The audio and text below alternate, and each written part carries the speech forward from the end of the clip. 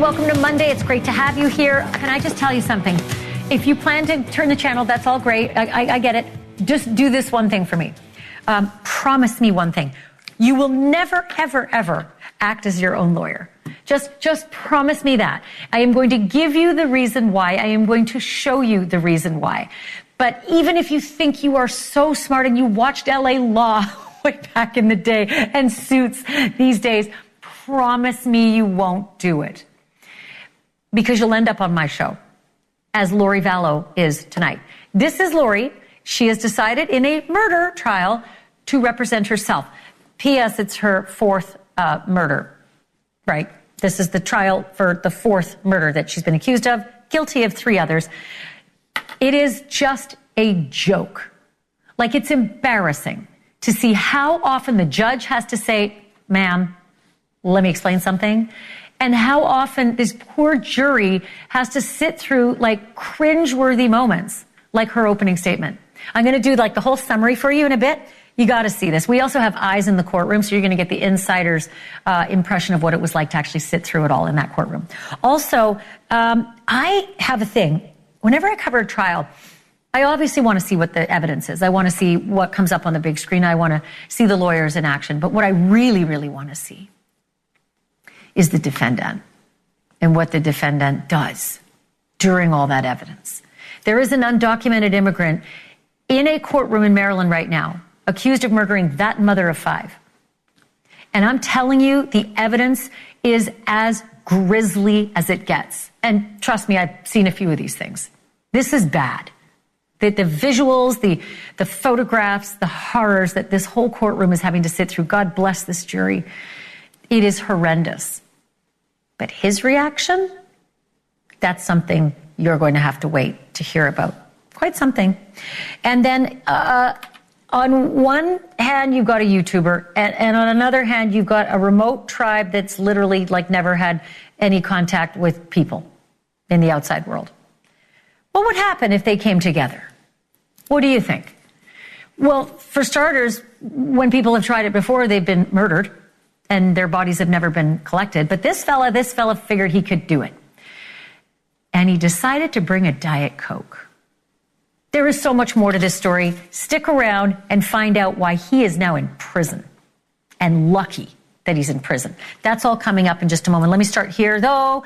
Lori Vallow has done a lot of objectionable things in her life. For one, she murdered 2 of her kids. For 2, she murdered the wife of the guy that she wanted to marry, and then she did marry him just weeks later. For 3, she may have murdered her 4th husband to make way for that last marriage. And trust me, there are so many other things, which I will get to in a moment. But that 4th husband, Charles Vallow, that is why she is currently in an Arizona courtroom, charged with his murder. For the rest of us, and I am assuming that you're with me on this one, being on trial for murder would be the worst thing in our entire world. But for Lori, it's kind of like a big field trip. It's like a fresh break from her very boring life sentence, no parole in Idaho. She also has a chance to show off to the world that she knows a thing or two about the law. You know, like having been tried for 3 murders before, being tried for this 4th one. And today things kicked off in earnest in Arizona. The prosecutor, as is normal, spoke for the people, and Lori Vallow spoke for Lori Vallow as her own attorney. And if that's a big surprise, it should be, because this is the same woman who was not even competent to stand trial months ago, let alone defend herself. But here we are with Lori Vallow parading around the courtroom, making blunder after blunder right out of the gate. If you did not have time to catch her entire performance, I've got your back. Here is her attempt at an opening statement. And please keep in mind, trials can be won or lost during opening statements. So you have to tell the best story you can put together for the jury. But in what could be considered a drinking game, count the number of times that Lori says the words, "The evidence will show." The evidence will show that on the morning of July 11th, that Tylee was asleep in her room and my brother Alex was asleep in the guest room. The evidence will show that when Charles entered the house, only JJ and I were awake and present. The evidence will show that after we put JJ in the rental car, that Charles came back into the residence to receive his phone, leaving JJ in the front seat of the rental car with the engine running. He was 7 years old. The evidence will show that Charles began to scream at me when I refused to hand him his phone. The evidence will show that Charles' screaming woke up Tylee and Alex. The evidence will show that Tylee came out of her room with a bat to protect me, her mother, from her stepfather, Charles Vallow. The evidence will show that Tylee and Charles fought over the bat, and that after a struggle over the bat, Tylee fell onto the ground, and Charles lifted up the bat to hit Tylee with the bat. The evidence will show that Alex then intervened to protect Tylee from being hit with the bat. The evidence will show that after this struggle on the ground between Charles and Alex, that Charles prevailed with the bat and began to come towards me with the bat as I ran away from him into the kitchen. The evidence will show that at some point while I was running away from Charles, who was chasing me with the bat, that Alex apparently retrieved his gun. The evidence will show that Tylee and I got into the rental car with JJ and drove away.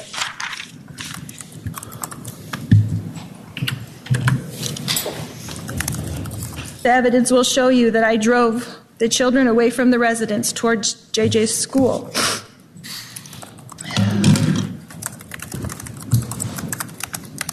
Can I grab a tissue? Yes.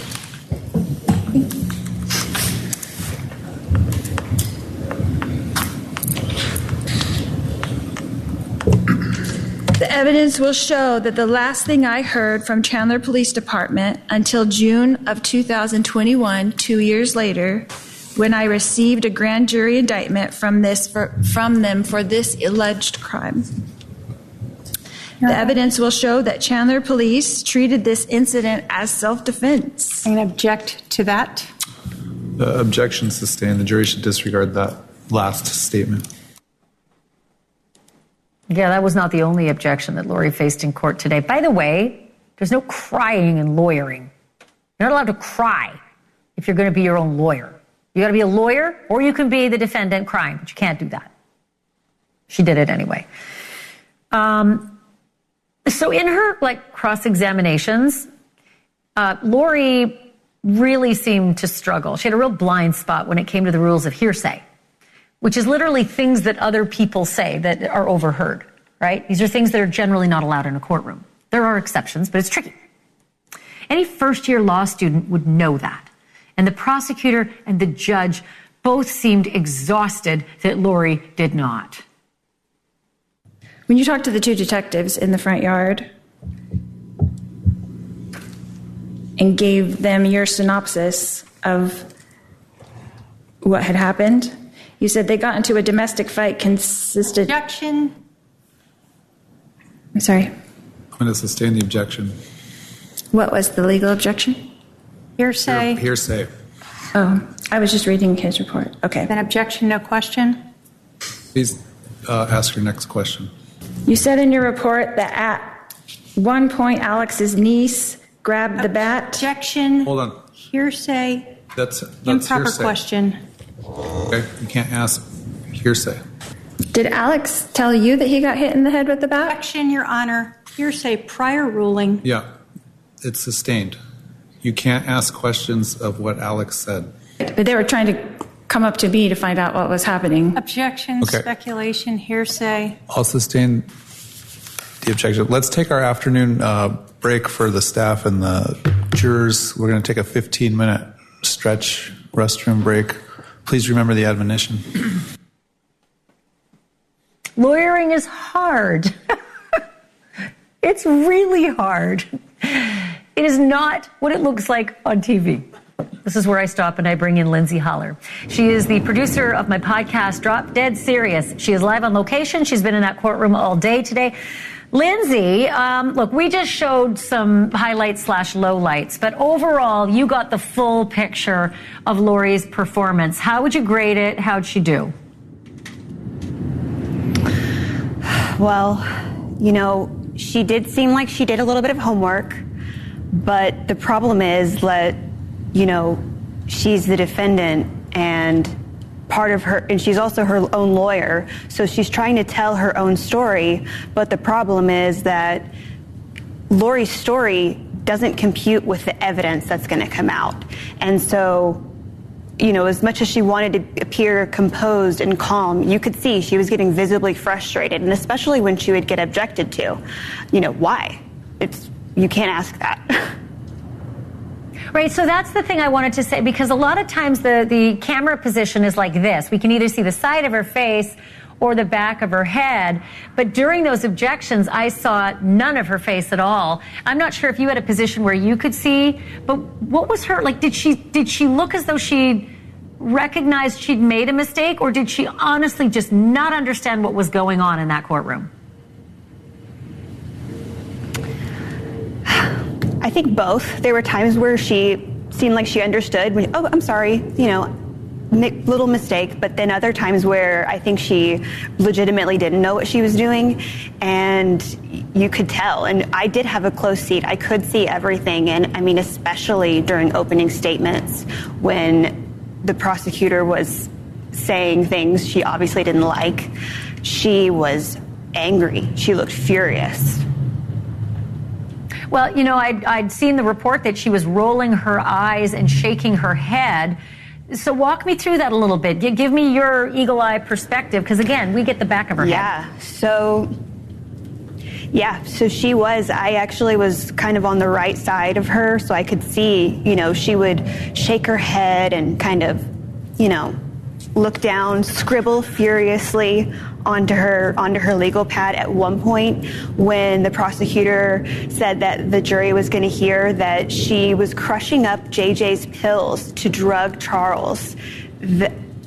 She flipped her legal pad, her yellow legal pad, over and slammed it. And I'm not sure if the court audio picked that up, but it was really loud in court.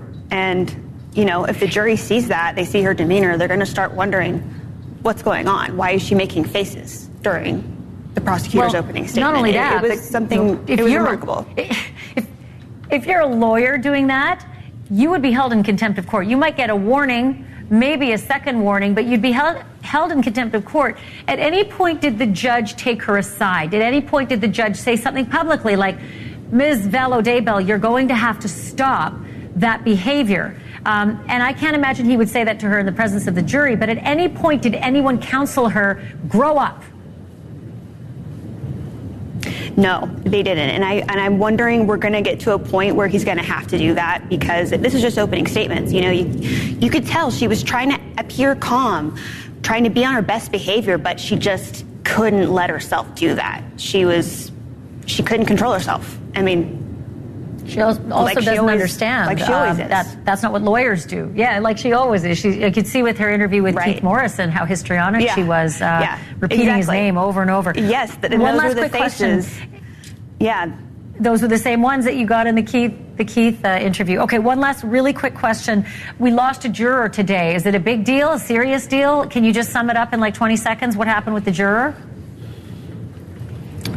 Yeah, so the juror's employer actually sent in a note to the judge that, you know, the employer had a problem with him having jury service. The judge questioned the juror a little bit about this at the lunch break, and the juror basically said that he didn't know much about jury duty, and when he agreed, he didn't know that, you know, he wouldn't get paid, and he had child support and alimony, and this would really be a financial hardship on him. So ultimately, he was dismissed. The prosecution seemed a little bit more worried about it than Lori, obviously, because she's not worried about much. But I think they were frustrated to lose a juror on day one, for sure. Oh, I mean, losing a juror on day one, that is really, I don't think I've ever seen that happen. But it does happen. I get it. Lindsay, thank you so much. I really appreciate all the notes from court today. Really, really good to have you in there with the eyes and ears. And we'll talk to you again soon. Thanks for this. Thanks, Ash. Okay, I am joined now by Megan Connor. Megan is Lori Vallow's cousin and was also in the courtroom today, and she happens to host the podcast called The Midlife Revolution. Megan, thank you so much for being with me. First, when I heard that you were in court, I had to do a mental calculation because I have heard that there is not one member of Lori Vallow's family or any supporters there for her. And then when I heard you were there, I still sort of thought she doesn't have any supporters. Am I right? You're not there for her. You're there as a witness? No, I mean, if I can quote Hamilton, I'm not here for you. Definitely not there to support Lori. I'm there to learn the truth of what happened. And I'm there to get some measure of closure in my own, all the questions that I have in my mind of what happened in the days leading up to Charles's death and afterwards, how the Cox family behaved and who was involved and at what level.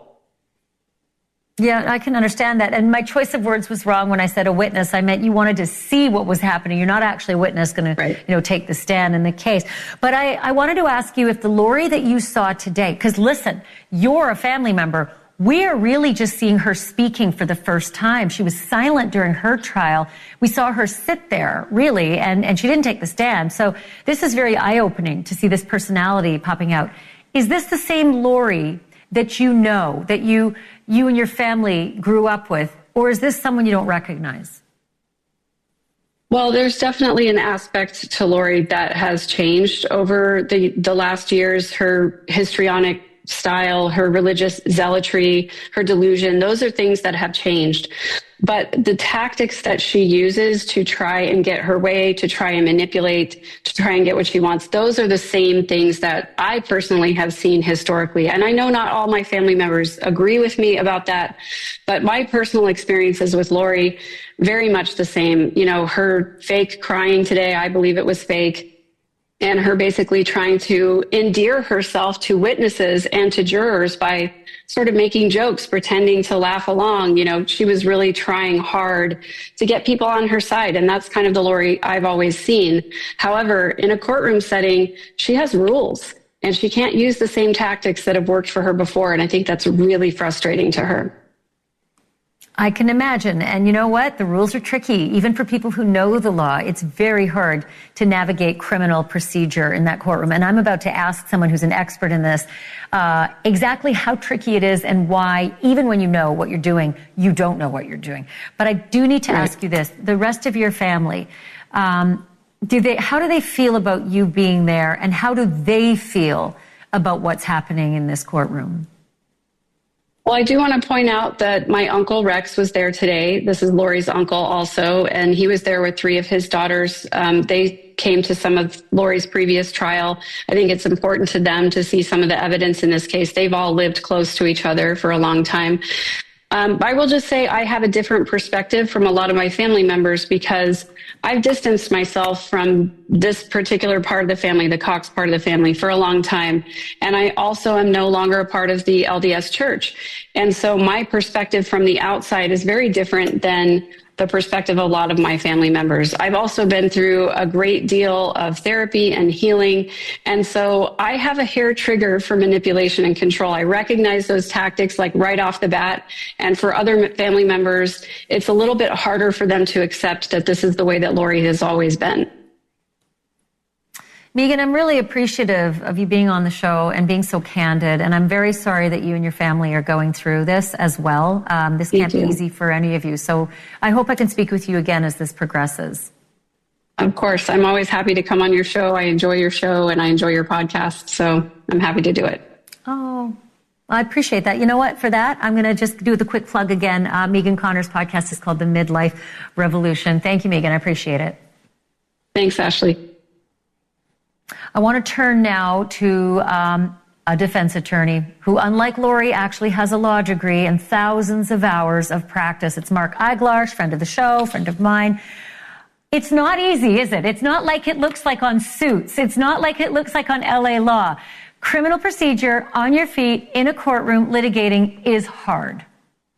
Yes. So let's start with something I agree with you. It is difficult and it should be left for those who went to law school.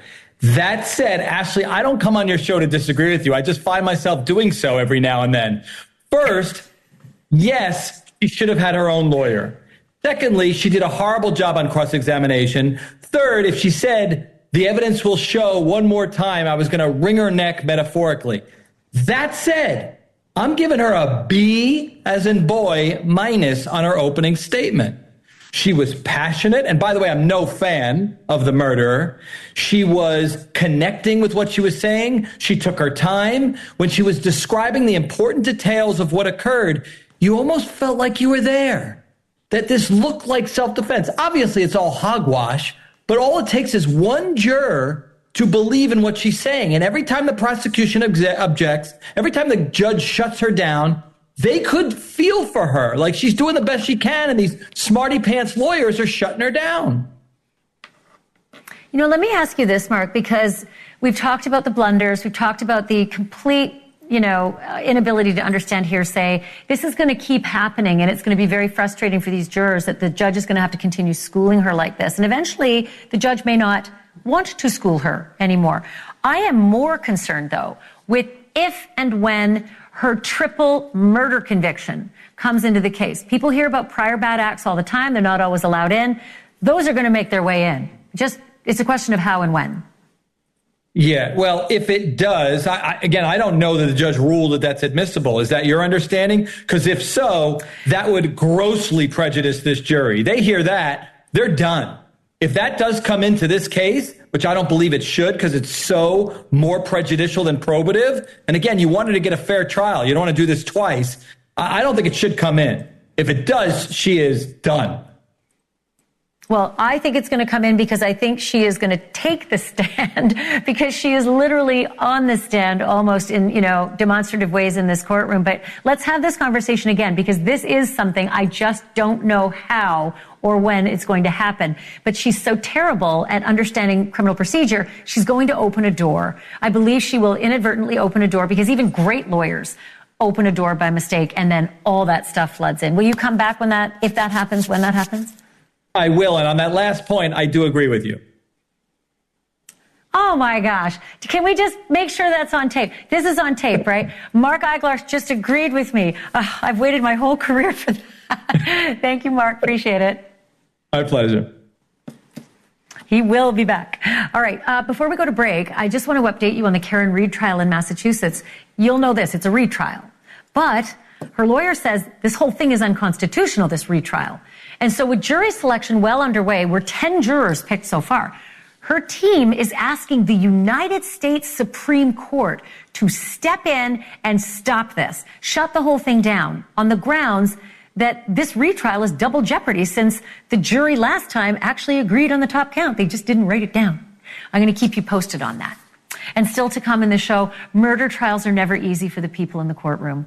The families of the victims struggle to get through the graphic pictures, and the jurors are often floored by the stuff they have to look at. But in those moments, I always look at the defendant.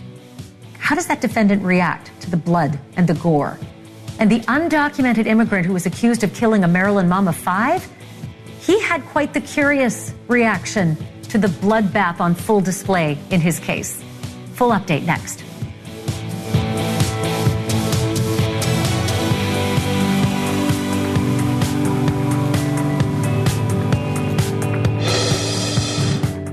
Thanks for listening to NewsNation on the Go. I'm Leland Vittert. This is America's fastest growing cable news network, delivering fact-based, unbiased news from all sides.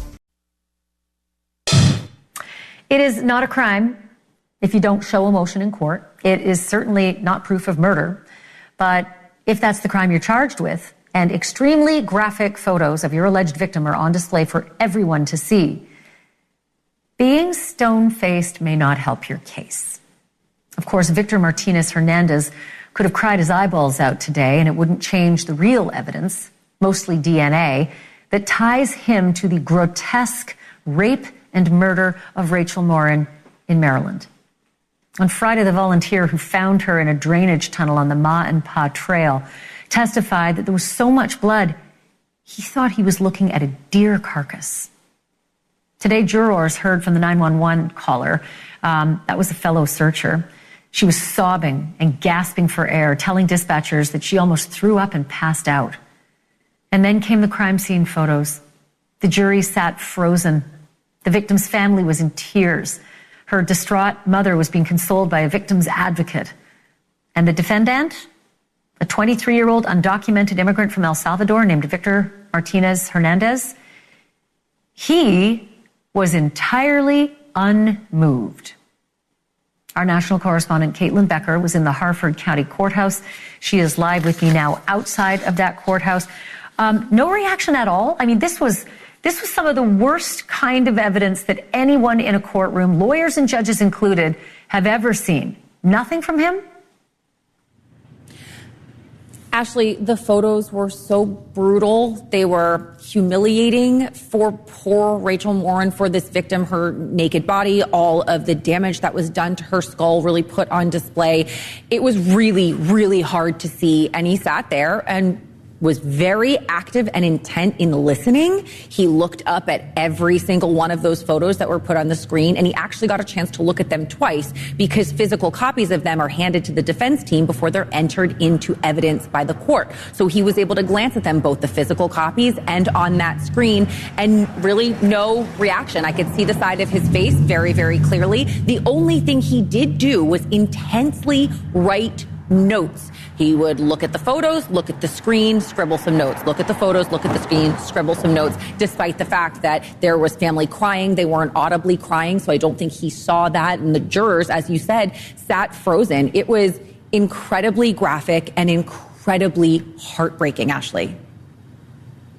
What about the jury and their reaction? I mean, I can imagine how awful this was for her family. You don't need to tell me that again, but what about the jurors? How did they react while he was stone-faced?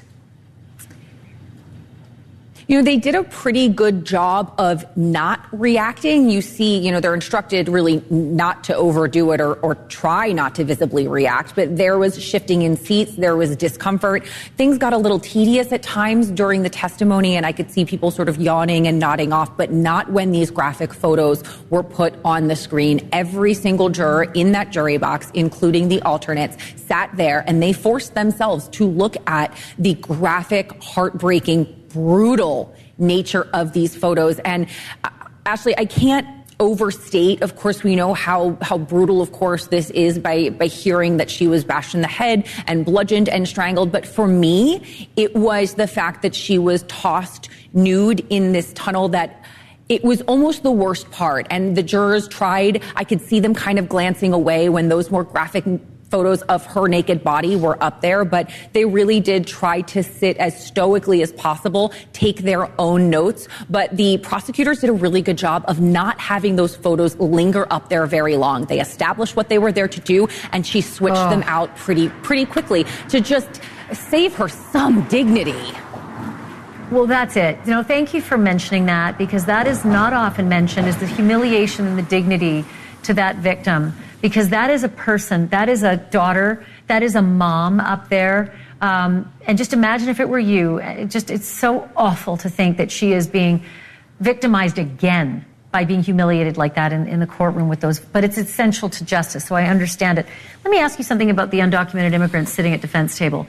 Does he speak English? Does he have a translator? Does he have anybody from the consulate in El Salvador sitting with him? Like and any family, anybody supporting him in the gallery? There did appear to be two women in the gallery today that may have been family members. They were seated closest to the defense table and the furthest from Rachel Morin's family and supporters, and they were clearly not media. So they did appear to be there for him, but he never looked in the gallery and never ever acknowledged them. He is equipped with translations. There are two translators. They are taking turns. They switch off every couple of minutes, actively translating in real time, not only the testimony, but they also go up there and follow the attorneys up there when they do sidebars. He goes up as well. So he is involved in every step of the way and very clearly seems to understand what's going on. I mean, I can't explain really how much he's writing. I mean, probably 15, 20, 30 pages out of a yellow legal pad, and not random notes. I couldn't see what he was writing, but I could see clearly that he was fully filling up every single line left to right, no space left, and then flipping to the next page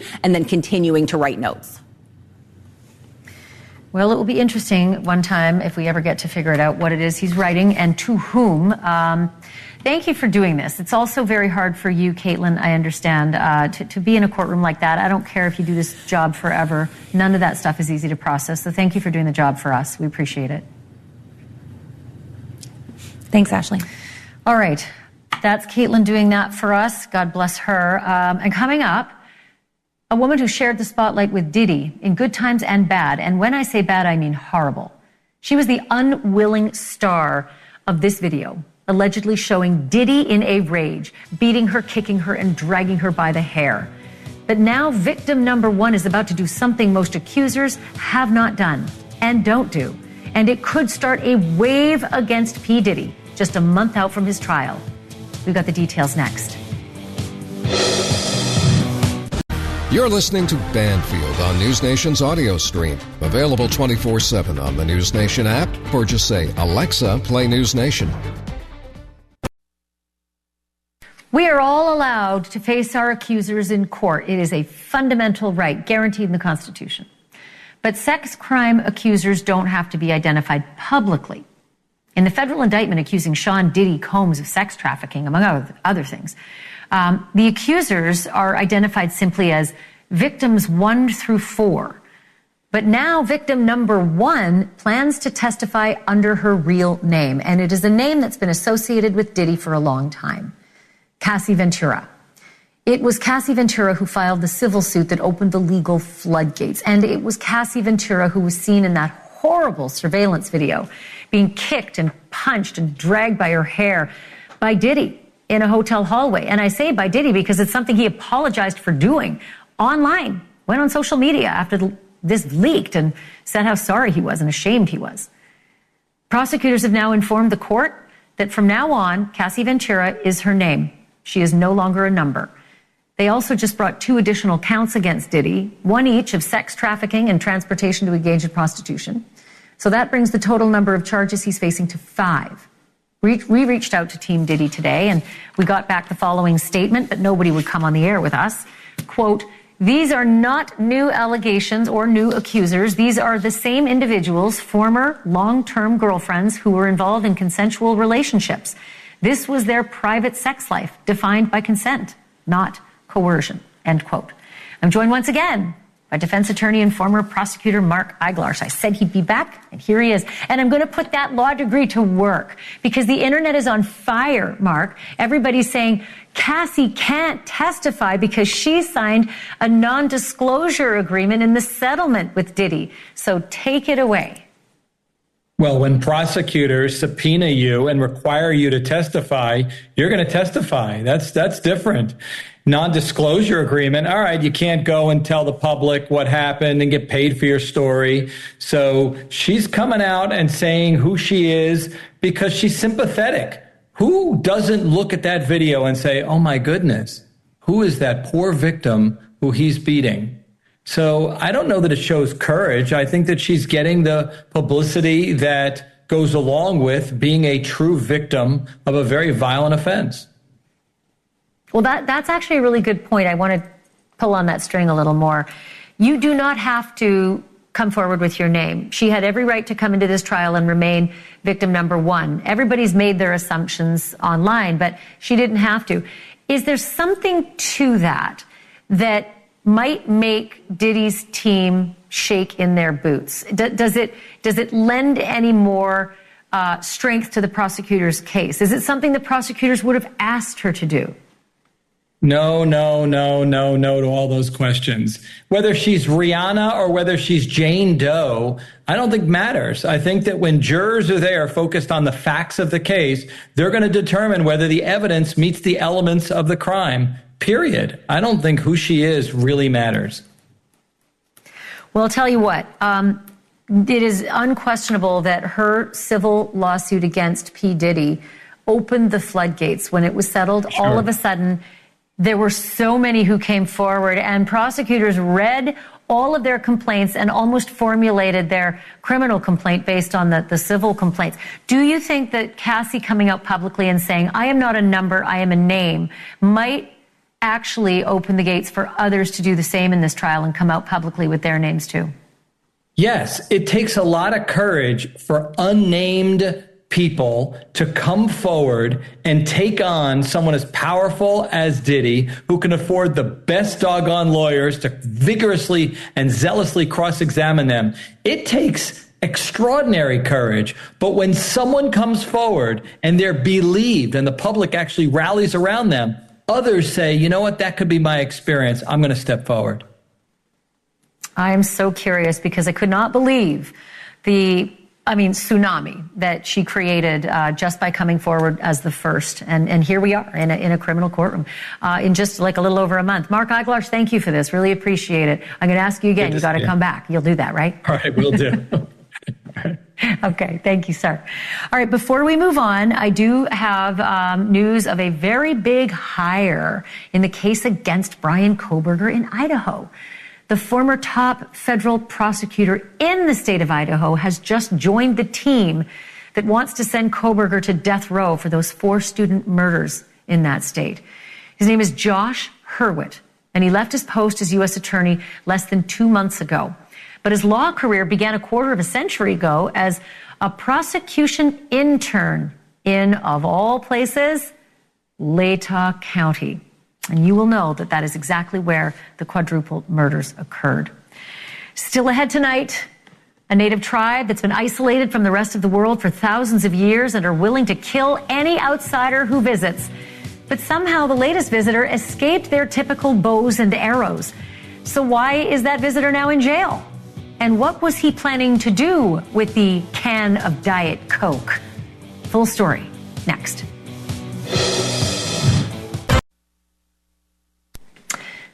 A social media influencer tries to connect with a tribe of people isolated from humanity for thousands of years. What could go wrong? How about everything? Which is no doubt what lured Mihailo Polyakov, a 24-year-old YouTuber from Arizona, to travel to North Sentinel Island. That is a 23-square-mile island in the Bay of Bengal, far off the east coast of India. Polyakov apparently decided to roll up to this isolated tribe, having first decided that his original destination wasn't adventurous enough for his YouTube channel, the Taliban in Afghanistan. So he scrapped those plans. By way of introduction, the Sentinelese people are known to be the most isolated group on earth. They are also very dangerous. It's a 150-member tribe known for near total self-sufficiency and known for attacking trespassers. In 2006, they killed 2 fishermen whose boat had washed ashore.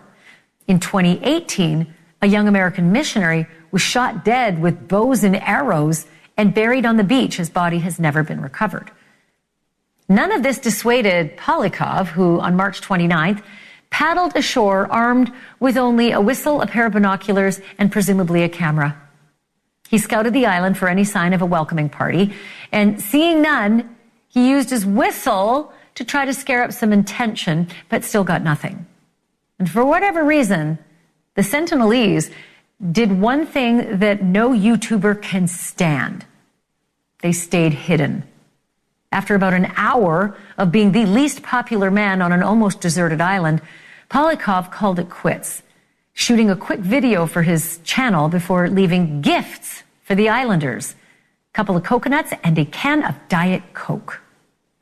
On his way out, he was spotted by some local fishermen, and soon after that, he was arrested because it is a crime punishable by 5 years in prison for outsiders to get within 3 miles of North Sentinel Island. And there is a good reason for that. A group called Survival International, which advocates for Indigenous people, said this, and I will quote them.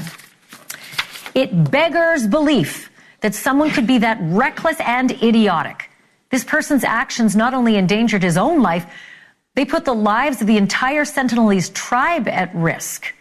It's very well known by now that uncontacted peoples have no immunity to common outside diseases like flu or measles, which could completely wipe them out."